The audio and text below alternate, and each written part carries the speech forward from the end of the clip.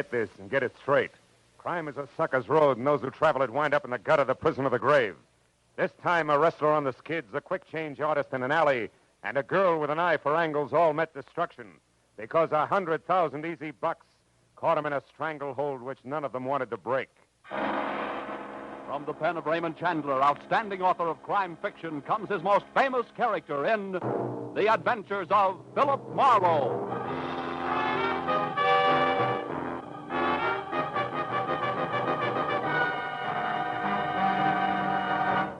Now, with Gerald Moore, starred as Philip Marlowe, we bring you tonight's exciting story, The Stranglehold.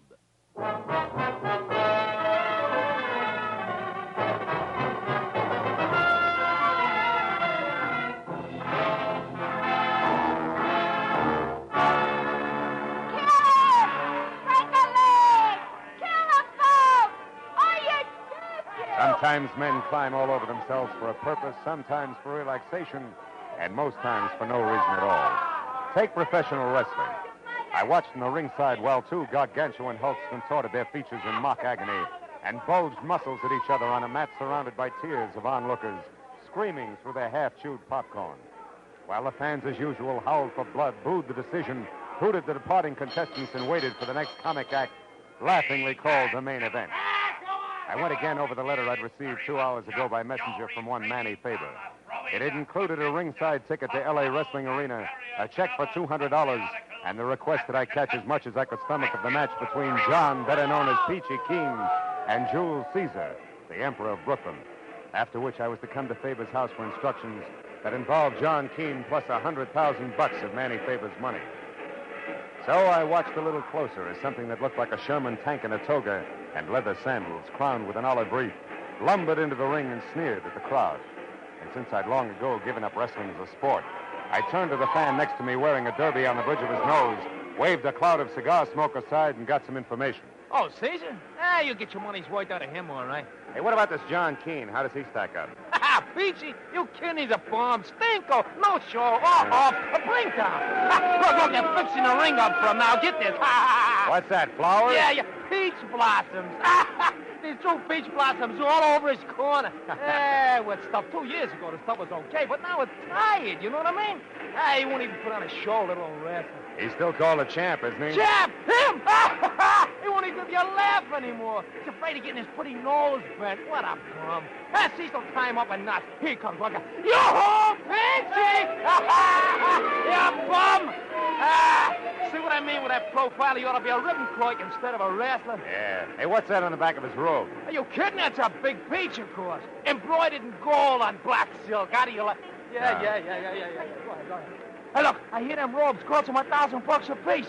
He thinks they make him hot stuff with the dame. Maybe they do. Who's the brunette in there talking with him? How should I know? There's always something like that. Now, look, pipe down, will you, man? You talk so much. Now, ladies and gentlemen, the feature event on tonight's program, a free-fall, no-limit contest of a wrestling. In this corner, at 278 pounds, the outstanding contender from the Atlantic Seaboard and Emperor of Brooklyn, Jules Caesar. Are you kidding? And in this corner, at 225 pounds, the undisputed champion of the Western Hemisphere, John Peachy Keen. As the match got underway and Peachy started out of his corner, the good-looking brunette shouted something at him that stopped him cold. He turned to glare at her, and Caesar slapped a hank on him that put Peachy flat on his back for fall number 1. 3 minutes later, with his head in a Gilligan, Peachy was well on his way to the mat again for fall number 2, which was enough for me, so I got up to leave. The brunette, I noticed, was leaving, too. And at the end of the exit tunnel, we came out side by side. You got a match? Huh? Oh, yeah, sure. Thank you. It's a mess, isn't it, huh? What's a mess? The way things are going inside there. Peachy ought to change his line of work, don't you think? Oh, what's it to you? A laugh so far. What's it to you? You said something to him that knocked him for a loop, baby. What was it? A personal matter. Oh, how personal? Oh, about like that. Thank you, and step down, Philip Marlowe. And you'd better step out, too, or I'll whistle for a gendarme. Nighty-night, Nosey. So saying, she flashed a couple of daggers at me from her snapping black eyes, spun on 4.5-inch red patent leather heel, and was gone. So I drove up to Hollywoodland and the house at 2000 Beechwood Drive, where I was to meet my client, Manny Faber. The house looked like a 2-room cottage from the street, but it ran for 3 stories down the backside of the hill. And all I did was touch the bell when the door flew open. You're Marlowe, am I right? Come on in, Marlowe. I'm Manny Faber, head of Faber Transcriptions Incorporated. Produce radio shows, you know. Yeah. So you saw him, eh? You saw that big, crooked, four-fleshing, stupid, mat-pounding mastodon that calls himself Johnny Peach Keen, huh? Yeah, I saw him. Yeah. Oh, have a chair. Oh, thanks. Well, what do you think? You just summed it up. What's that got to do with your $100,000, Mr. Faber? You haven't seen the late editions? No. They're full of it.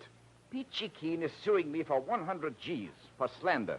How can you slander a guy like Peachy? It's impossible. I know that, and you know it. But does a court of law know it? No. In fact, they're going to make it stick. No? How'd it happen? I'll tell you. A very sweet guy named Frank Gaynor. Yeah, I know him. A sports commentator. Yes, he's been doing 5 a week on my label and going big. But 3 days ago, what we've been expecting for months finally happened. Rest his soul. A week ticker. And just like that, he dropped dead on the street. Heart failure. Yeah, I read about it. Well, Frank always kept 5 broadcasts ahead, see? Made tape recordings in his own little studio. So I've been running his last 5 shows as a final tribute to him. Well, what happened? Yesterday, the whole 15 minutes of his broadcast was devoted to ripping apart John Peachy Keen. Here, listen. I've got the tape here on the machine. This is one part. A blight on the sports world. And furthermore, I have proof that Get John that? Peachy Keen has It's sold out murder. to the highest bidder in small-time gambling circles in his last 3 matches. Now, I know for a fact that he has become so blatant in his underhanded dealings that even as dubious a business as professional wrestling cannot stand the stink. And officials have threatened to bar him from the ring. Strong I can stuff. show beyond a doubt that John Peachy Keen has falsified medical reports to evade tough competition, and that he eventually... Yeah, it goes on like that, Marlowe. Some of it opinion, most of it fact. And it's the facts that my lawyers tell me I've got to find the proof for or be a dead duck. That's why I asked you to come up here. Oh, excuse me. This Sure. is probably Ruth, Frank's wife. Nice show people once. Oh, hello, Ruth. Come in, honey. Hello, Manny. I haven't been able to find a thing yet. I can't imagine where Frank got his information. Oh, Ruth, shake hands with Mr. Marlowe. He's the detective I told you about. Mrs. Gaynor, Marlowe. How do you do, Mr. Glad to know you, Marlowe? Mrs. Gaynor. Manny, here's the key to Frank's private studio at 6122 Sunset. It might be a good place for Mr. Marlowe to start. Yes, all his files and equipment are there. Frank didn't like to work at home or at my plant on the strip. Wanted his own private setup. We looked there, but maybe we missed something. Okay, I'll see what I can find. Oh, by the way, do either of you happen to know a good-looking brunette connected in some way with Peachy? No, but he's quite a ladies' man, I understand. Why, Marlowe? That's just a hunch. I saw him talking to one tonight, a fireball. May mean nothing. Well, I hope you'll be able to locate the proof of Frank's statements, Marlowe. We've got to find it for Frank. Also, it'll break my heart to pay $100,000 to a no-good meat heaver named Peachy Keen. I promised Faber I'd keep in touch and left. I found Gaynor's little recording studio tucked into the second-floor corner of a small office building on Sunset. Unlocked the heavy soundproof door and went in. The room had a busy, cluttered look, as though Gaynor himself had just stepped out. A row of filing cabinets and a desk sat along one wall, and opposite them was the glassed-in booth with the tape recorders and microphone by which the solitary sportscaster had canned his radio programs. I dug through the files and found a folder labeled John Keen that held only a sketchy history of the wrestler, some publicity pictures and a few clippings, one of which rated a long second look, because it was topped by a picture of the same brunette I'd seen at the ringside. It was captioned, Carla Bennett leaves for West Coast. I started to read the story when there was a sound at the door behind me and the lights went out. Don't move, Mighty. I'll kill you on the spot if you do. Up against that window, you make a perfect target, you know. But don't try anything cute. What do you want? A little more than I'm getting, it's what. I'm entitled to it, I am. The service is rendered, you might say. I can't help you, Buster. You've come to the wrong man. Oh, but not to the wrong place, huh, Mighty? So, first things first, like I always say. Turn around, Mighty. It's nice. Oh! Bartell getting it? Sleepy boy.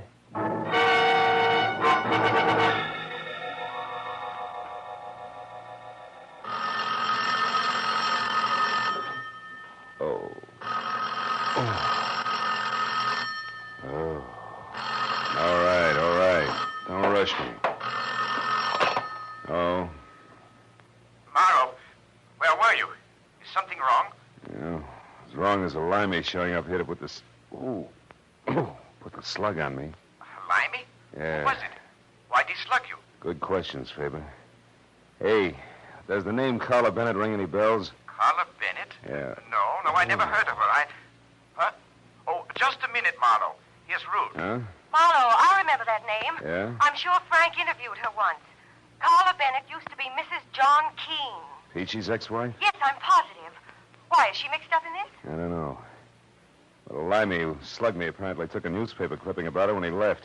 At least it's gone. Marlowe, this limey, was that all he was after? Yeah, he said he wanted more than he was getting. Hey, but look, the paper made this call. What do you want? To tell you that he'll be out checking on a few things himself. That's all. Oh. Oh, by the way, Ruth, any idea where this Bennett dame might be found? No, I haven't, Marlowe. No.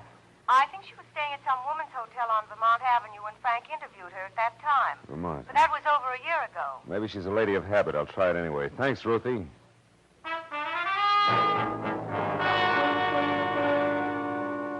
There were 3 exclusively female hotels on Vermont. And the second one I called had a Carla Bennett registered. So I went out to my car and babied my aching head down Vermont to the Victoria Plaza ladies-only hotel. The lobby was done in ivory and pink with desk clerk to match, whom the nameplate tagged as Mr. Seymour Pratt.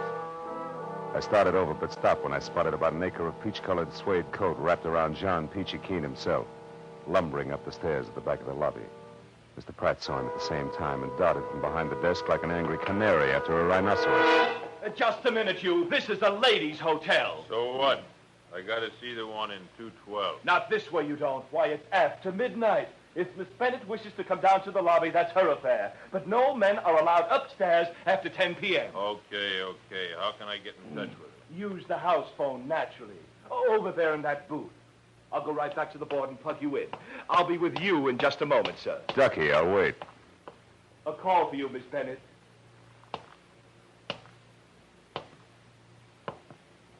Good listening, huh? What? Now, see here. You know perfectly well you're not supposed to come back to this desk. This is for employees only. What about eavesdropping? Is that for employees only, too? Oh, why, how dare you Save it, accuse me of- Seymour.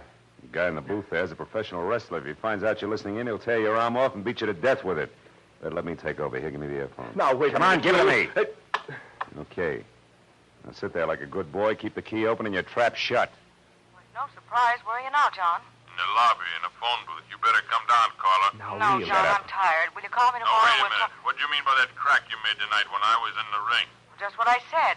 I want a nice big slice of that 100,000 you're getting from Manny Faber. Why, you're crazy. What makes you think I'd give you one lousy penny? You will, gladly. You see, John, I know all about those visits you made to the Lyceum Theater. One of us come back to L.A., hasn't it, darling? Why, you sneaking... Oh, shut up. After the life you led me for 4 years, you big ape, I'm entitled to all I can get. And that'll be plenty. So I advise you to run right back now and tell your friend that I know all about your little scheme. And talk it over good, John. I'll be waiting to hear from you. All right. I'll do just that. And you're sure gonna be sorry you stuck your nose into this one, Carla. Real interesting. Are you quite finished now? Yes, and you were a big, big help, Mr. Pratt. Oh, there he goes, peachy suede coat and all. So long, Seymour.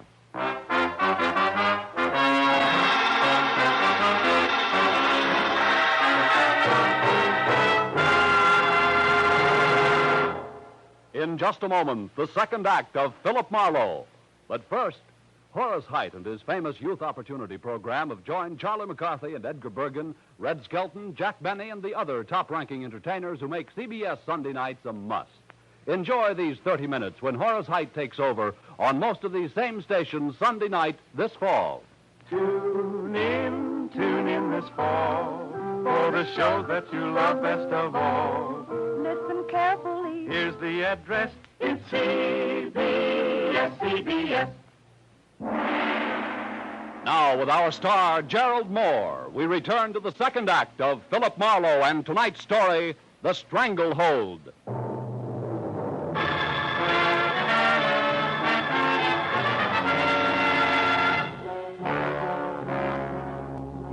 When Peachy Keen slammed out of the phone booth, he was burned to a crisp. He stomped out of the woman's hotel via the back door that opened onto the parking lot.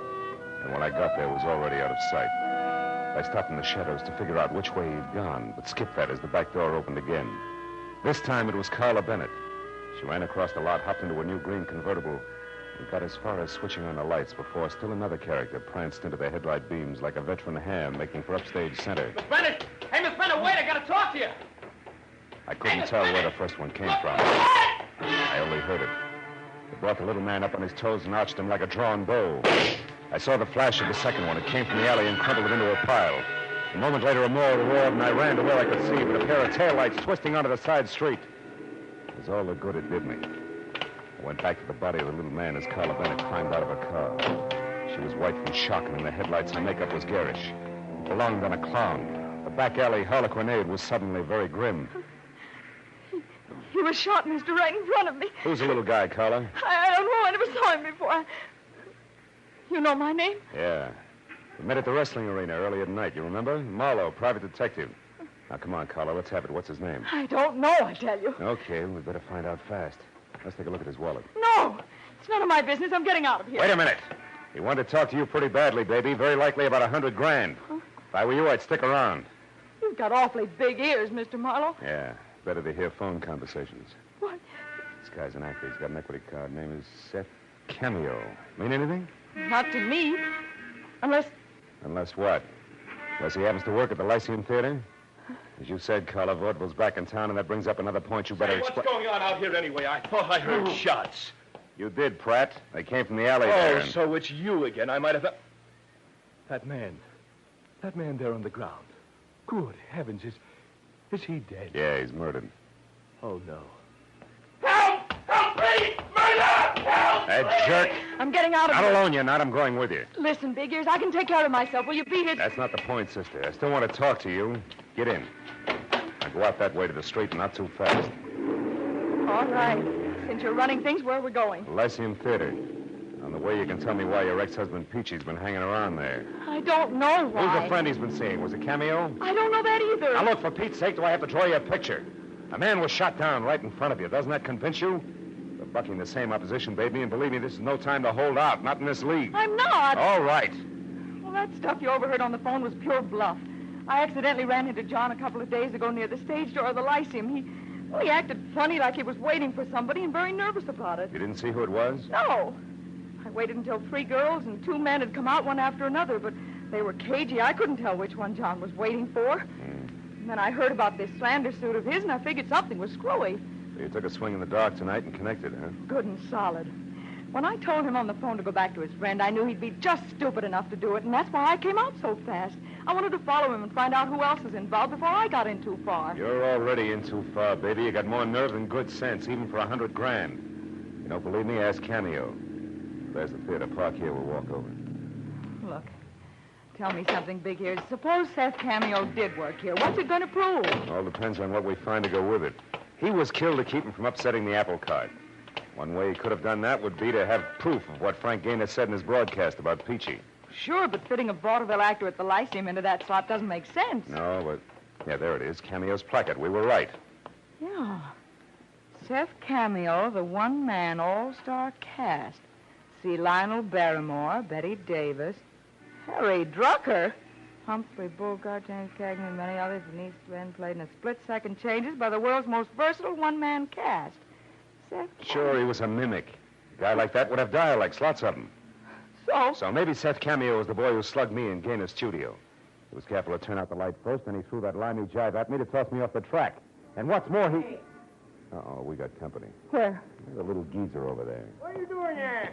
Theater's closed. Last show's been over for hours. I know, you're the night watchman. That's right. Now, you better move along, kids. No loitering around theater. Just a minute, Pop. This Seth Cameo, does he have a limey number in his act? Why don't you come back tomorrow and ask him? Well, that's tougher than you think, mister. How about it? Does he do a limey? Limey? Well, now, let's see. Cockney, English. No, don't think so. Might have at one time, though. Been in the business for years. Good man, too. Best quick changer I ever seen.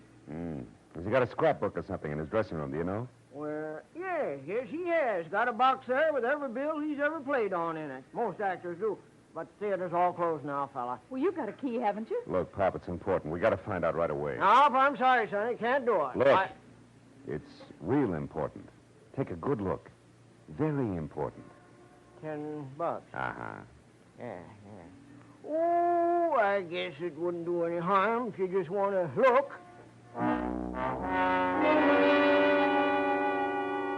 The old man slipped the 10 into his pocket like he wouldn't admit it even to himself. And led us in the stage door, down the stairs, and with his flashlight along the dark hallway to Seth Cameo's dressing room. He unlocked it, reached in, and turned on a tired little lamp, and pointed out a box on a trunk near the back. We picked our way over to it through a jumble of costumes that had been period pieces at the turn of the century. The box was lined with sentimental posters, and inside was a man's life, and stacks of programs and playbills.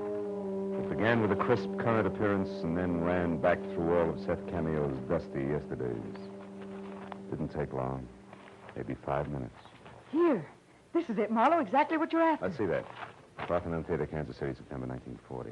Seth Cameo of London, in Piccadilly Circus, His Majesty Navy Limehouse. Sure! This is it, baby. Seth Cameo and Limey were one and the same. And where does that get you? Yeah, it gives me an idea. It gives me one, too.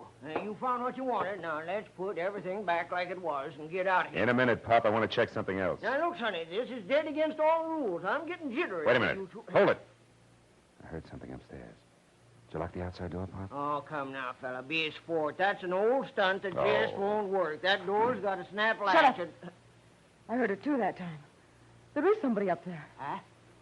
Yeah, you're right. Gad, blame it, I was afraid of something like this. Now, look, you two. You stay right here and don't touch nothing till I get back. You hear? I'll go see what it was. Better switch off the lights, Carla. The brakes are going against us. What do you mean? Well, all this after-hours theater business can't be coincidence. Whoever came in upstairs has trouble on his mind. Oh. You asked for a payoff, baby, and that's what you're going to get. Only the bank won't handle it. The morgue will. Hey, you. What you doing here?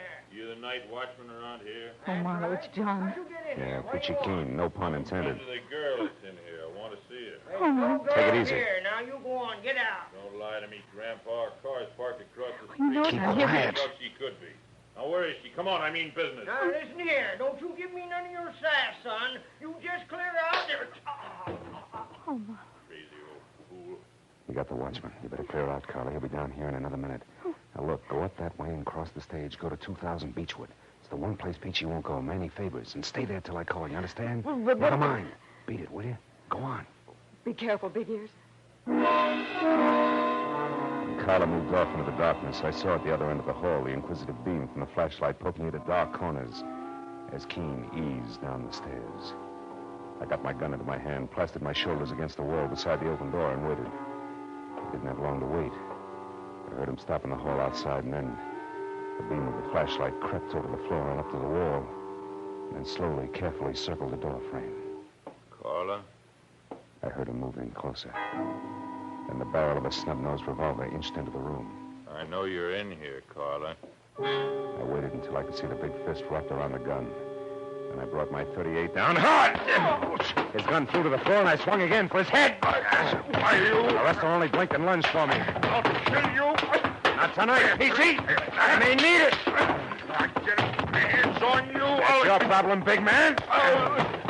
Fall down, will you? I'll get you. I'll kill you. Go down and stay down. Wow. You gotta chop that guy down like a tree.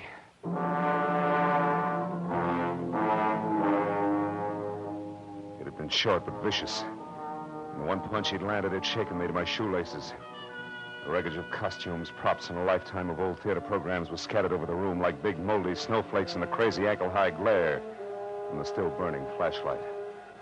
As I sagged down onto a trunk to catch my breath, I saw something that brought me right back to my feet again. An illustrated program from the King's Theater in Buffalo that gave me a new slant on the whole mess. It billed Seth Cameo as the man with 1,000 voices, the perfect mimic. And the act that had followed him for a 30-week run was a girl whose face I knew well. I ran out of the theater into the nearest cab stand where I sent one driver to get the police over to the theater, and with another, I headed for Manny Faber's place on Beechwood, and what I was positive would be another murder. When I got to the front door, I knew there was no need to hurry. It was all over. Come on in, Marlowe. I've got news for you. It was Carla with a gun in her hand. And on the floor in the corner, her face tight with pain, was Mrs. Ruth Gaynor, glaring hate up at me like a wounded panther. There she is, Marlowe. I recognized her as soon as I saw her. She's the one Peachy was waiting for outside the Lyceum Theater. They've been working together all this time to frame that slander suit against Faber. Yeah, I know. But I didn't expect to find you like this. What happened? She knew I recognized her and pulled this gun on me. One she used on Seth Cameo, no doubt, huh? Uh-huh. She was going to use it on me, too. But I was way ahead of her. She's only in love with John Peachy Keen, but I was married to him for 4 years, and you don't live with a professional wrestler that long without picking up a few tricks. They call you the weaker sex. What is it, Ruthie? Your elbow? Is it broken? Let me alone, you two-bit flatfoot. I'll call a doctor and get you fixed up. For one reason only, I don't even like to see a Black Widow spider suffer.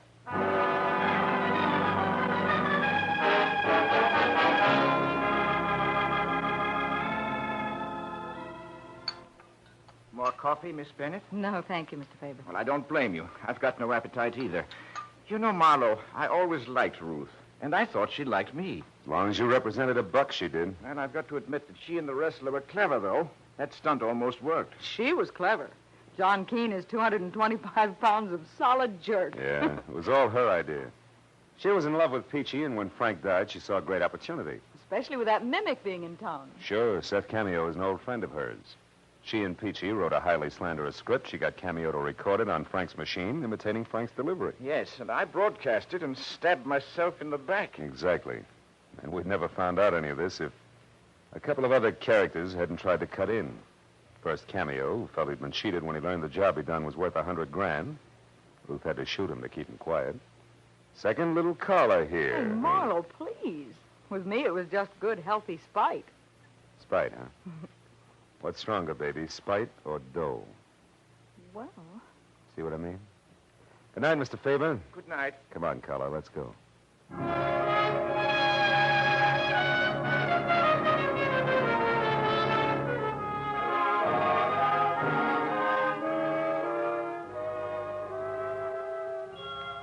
We didn't go home directly. We went on up Beechwood Drive, high into the Hollywood Hills, and parked where we could look out over the sparkling, sprawling city. And then we talked about Carla, her life, relative values, the city below us, and the dark hills above. And then, as we watched the first faint glimmer of dawn rise in the east, we both realized something. Not original, not very complex, and certainly not sophisticated, but very gratifying. In the final analysis, the best things in life, we both agreed, are still free. Know what I mean?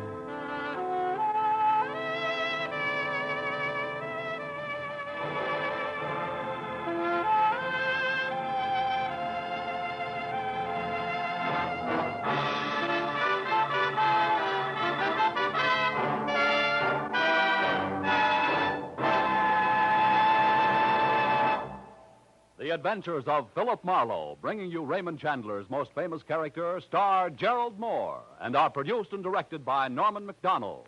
Script is by Robert Mitchell and Gene Levitt. Featured in the cast were Vivi Janis, Ted Von Eltz, Charlotte Lawrence, Barney Phillips, Tony Barrett, Peter Leeds, and Junius Matthews. The special music is composed and conducted by Richard Oron.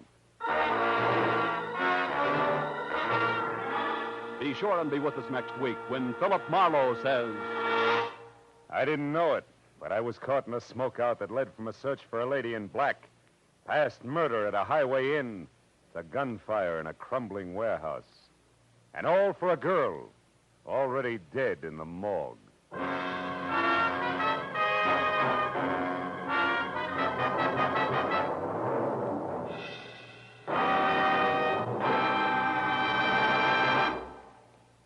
This fall, you hear them all on CBS.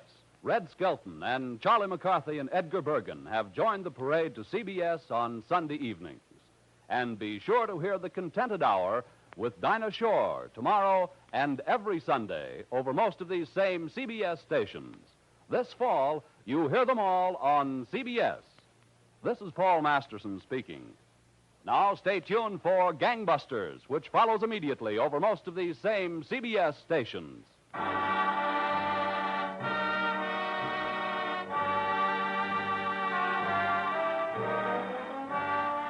This is CBS, the Columbia Broadcasting System.